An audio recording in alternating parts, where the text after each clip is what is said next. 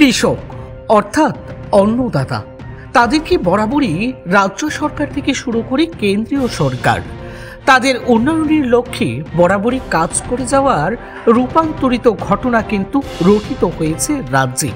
ঠিক তেমনি এবার অমরপুর মহকুমা কৃষকদের জন্য অমরপুরের বিধায়কের প্রচেষ্টায় হেল ইন্ডিয়া লিমিটেড কেভিকে সর্বজনীনভাবে গোমতী কৃষি বিজ্ঞান কেন্দ্রের সায়েন্টিস্ট রণধীর শর্মার উপস্থিতিতে কার্যত তাদেরকে কিট বক্স প্রদান করা হয়।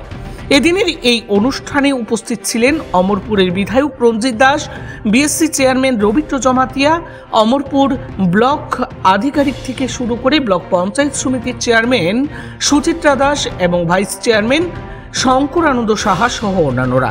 এদিনের এই কিট প্রদান অনুষ্ঠানকে কেন্দ্র করে কৃষকদের মধ্যে এবং সাধারণ মানুষের মধ্যেও বেশ উৎসাহ পরিলক্ষিত হয়।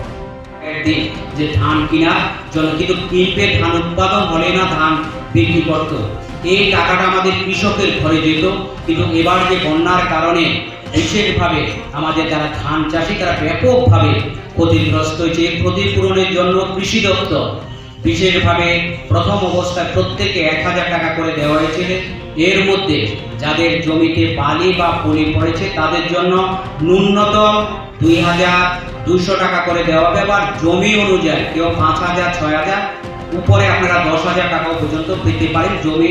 তার জন্য একটা সার্ভে করা হয়েছে, বিএলডব্লিউ আছে, তার একটা নথিপত্র সেখানে দেওয়া হয়েছে। কিছু কিছু লোক এর মধ্যে টাকা আপনাদের অ্যাকাউন্টে ঢুকে গেছে।